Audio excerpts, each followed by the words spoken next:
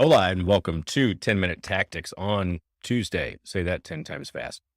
We're actually going to talk here for a few minutes about 10 pieces of bad advice that I've seen experts give solopreneurs to get new clients. All right. Mostly here on LinkedIn. And the thing is, like, if you are looking for clients, you know that building a client-based business as a solopreneur, it's hard enough, like without being steered in the wrong direction along the way.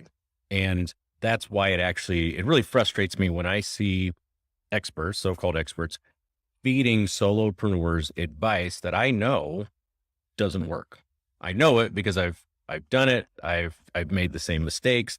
And it may be good business for some of the experts, but it doesn't work. And that's really frustrating because it sets solopreneurs back weeks, months, sometimes years, and it leads to a lot of lost opportunities. So today, what I'm going to do is I'm going to share 10 that tips that I've seen solopreneurs get from experts here on LinkedIn. And these are ones that you just be better off ignoring. Okay.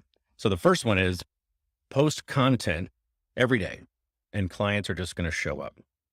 And like, here's the thing, like consistently posting content has helped me build my business, but posting every day, it can be as much of a time suck as it can be a catalyst for growth for your business. All right. And if you want to see results from the content that you're posting, we need to clarify these things first. One, exactly who you are writing for. Two, the problems that you solve for them. Three, the pains that those problems are causing them. And then four, the mistakes that they are or the mistakes that they are making trying to solve these problems on their own. Okay. When you know those four things, when you know who you're writing for, when you know the problem that you solve, the pains that they cause, the mistakes that they're making trying to solve it on their own, what you'll have a deliberate strategy for investing all the time that goes into creating the content. And then you'll have a real plan for actually harvesting the engagement that you get, starting some discussions and turning like the views and the likes into dollars and cents. Okay. So that's the first one. The second tip that I've seen is start with small clients just to get some logos and low rates and then work your way up. And I see this shared with people that are relatively new to consulting or coaching or fractional work, whatever it is, any client-based business. And the source of that advice, frankly, is it's imposter syndrome or it's bad marketing. All right. When you're taking on low paying clients, you typically have to take on more of them to make a decent living. All right.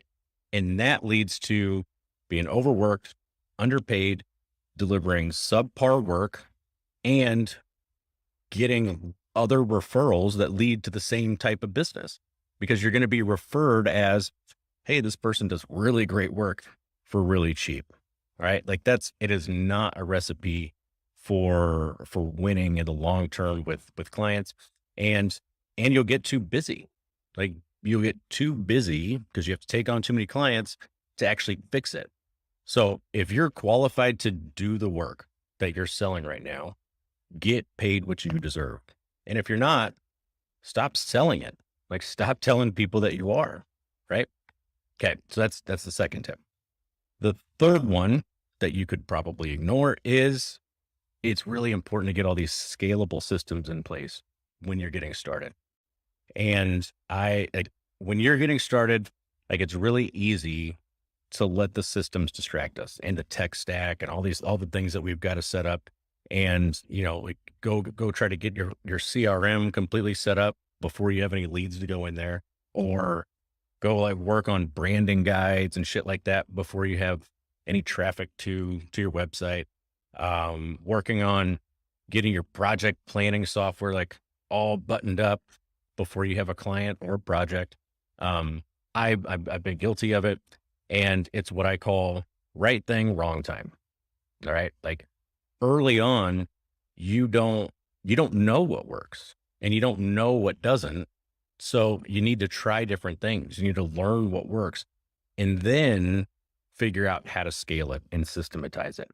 And it's when you're investing in scale and systems at the wrong time, it doesn't just cost you time and money right now. It actually makes it harder to adapt later when you have a lot of the learning under your belt because you've got this big foundation and systematized thing built. So I would aim for speed, simplicity, and flexibility in your systems when it comes to marketing. It's why I call it speedboat marketing. Like you're looking for fast, flexible, agile, and much better route than trying to fully systematize everything from on the front end. Okay. The fourth piece of advice that I would encourage you to ignore is cast a really wide net and let the market kind of dictate what works, like where to go for clients. And like product market fit is really important. But when you are the product, it's not where you start. Before you go find out what the market wants and what the market needs, you've got to get really crystal clear about what you're building and why. Like there's a big difference between building a $500,000 a year lifestyle business and $100 million a year rocket ship. You're going to take different steps to reach those destinations, right? And if your goal is to earn a few $100,000 a year and have a lot of time to enjoy with your family or the beach, you're going to take different paths than you would if you eventually want to buy your own social media platform, right? What's up, Elon? That's why I coach like my solopreneur clients to get really clear about their personal vision and then clarify a vision for the business that is aligned with that personal vision. It's what I call vision founder fit. And if you skip this, like it's very possible. Don't be surprised if you end up in a profitable but intolerable business in a couple of years. That's why a lot of agency owners sell, not because they get these great multiples, because they can't stand running the business that they have. Okay, so that's the fourth one. The fifth piece of advice that you can ignore is that you need really professional looking websites and marketing material for credibility. And one of the first things that solopreneurs do, I did this when they're setting out on their own, is to set up this really professional looking website. And most of the time we're doing that before we've clarified who we're designing it for, the problems that we solve, the pains that those problems are causing, and the mistakes that people are trying to make solving those things on their own. It's the same list as above, right? And it's because to write effective social media content, like in the first point, or really good website copy or a landing page or an ebook, you need those four elements. And the reason's really simple. Pretty websites don't turn prospects into clients. Copy does. Great messaging does. Great positioning does. The pictures may help, but the copy and the message has to resonate. And I'm telling you, I've seen many $1 million businesses that have been built on a landing page or an ugly ass website. But the message resonated, and that's what matters most. So you don't need a big fancy website. You need a clear market to speak to and a message that actually resonates. All right. The sixth one is your knowledge and your experience is what's going to get you hired. And a lot of my solopreneur clients are executive freelancers, and they're doing fractional work, consulting, and leveraging their expertise to generate more income with more flexibility. And they're often frequently they make the same mistakes that I did when I was getting started doing the same thing, thinking that our knowledge and our experience, our expertise are what's going to win us clients. And domain expertise is helpful. Like you've got to be able to do the work, duh.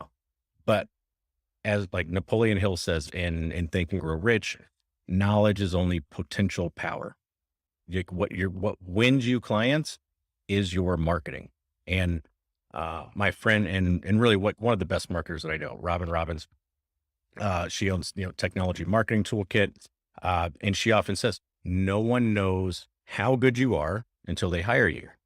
So until then, you are only as good as your marketing in their eyes. Okay.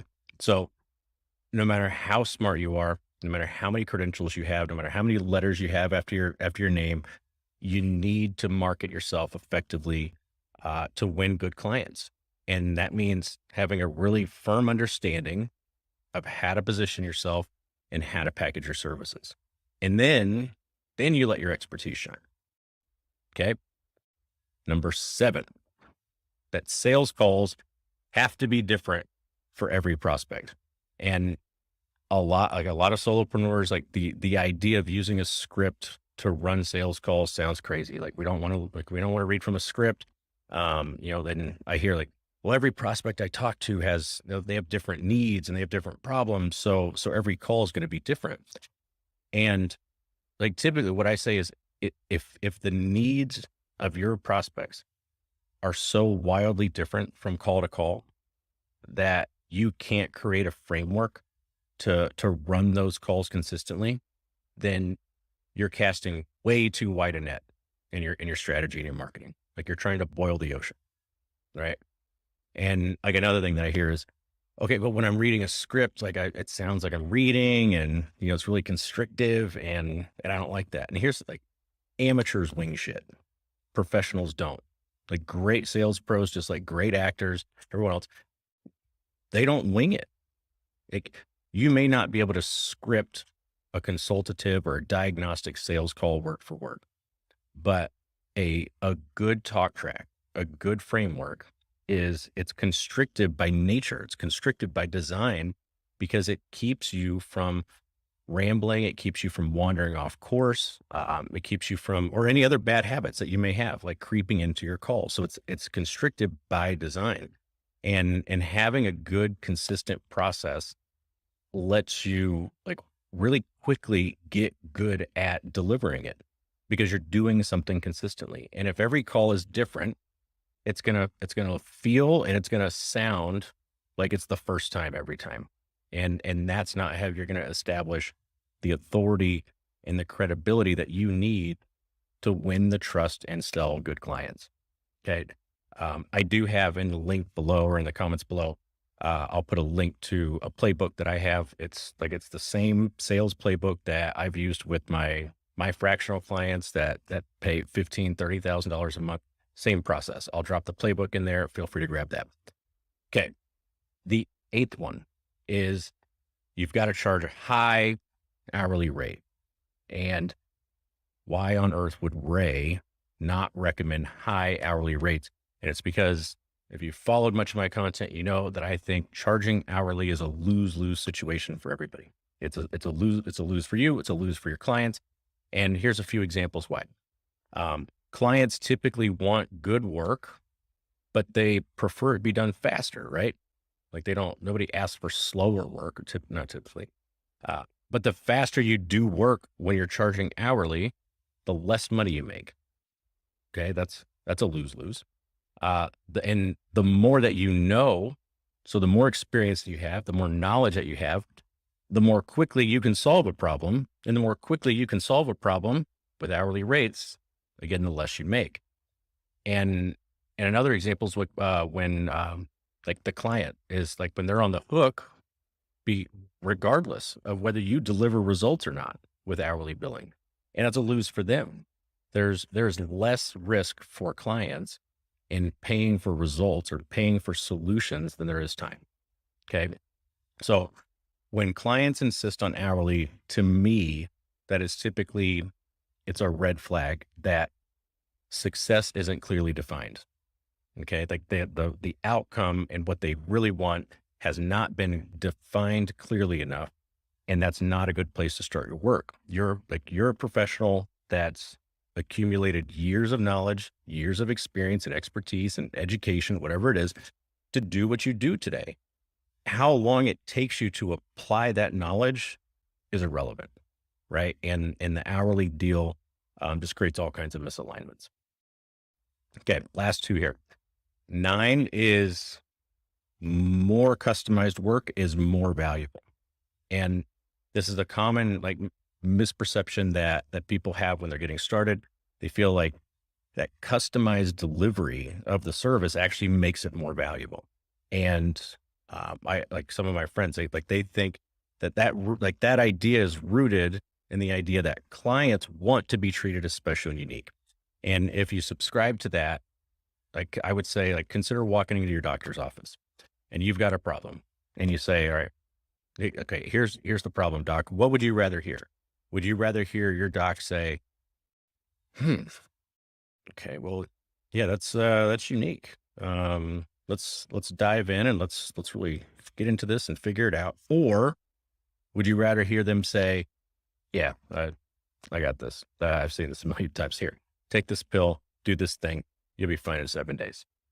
Right. I'm not suggesting that every problem that you solve is going to be that easy. Like take a pill, follow a regimen. What I am suggesting is that the perception of customized work is usually wrong. Clients want to know that you can solve their problem. And more often than not, when you show that you have a process to do that, it actually elevates your status relative to your competitors. It doesn't knock it down. Okay. Last one, 10. You have to learn things on your own because that's part of the process, right? Solopreneuring is unique, right? And you're a strategic CEO, you're a copywriter, you're a funnel builder, you're a salesperson, you're a service provider, you're head of customer success. And sure, like you can learn all of that on your own. And at least for the people that I work with, chances are you will.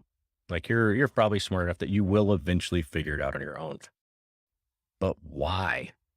Like it's like chopping down a palm tree with a butter knife when you know that I'm looking at a palm tree. That when you know that someone's got a chainsaw right over here, right? And people recommend this because they aren't aware of the principles and the systems that lead to consistently getting great clients. And because they're unaware of it and what those principles and what those systems are, they think that they don't exist, right? Going it alone, it leads to more mistakes, leads to more missteps, more setbacks. It's more costly, costs you time, costs you money. I know this because I did it. And when I finally found and then invested in resources to help me out, my only regret was not doing it sooner. Cool. All right. That is 10. And that's longer than 10 minutes today. But it is 10 on the list. So that's the 10 tactics, 10 pieces of advice that you could ignore from some of the so-called experts that you may get here on LinkedIn. And until next Tuesday, I will see you. Drop any questions that you have in the comments.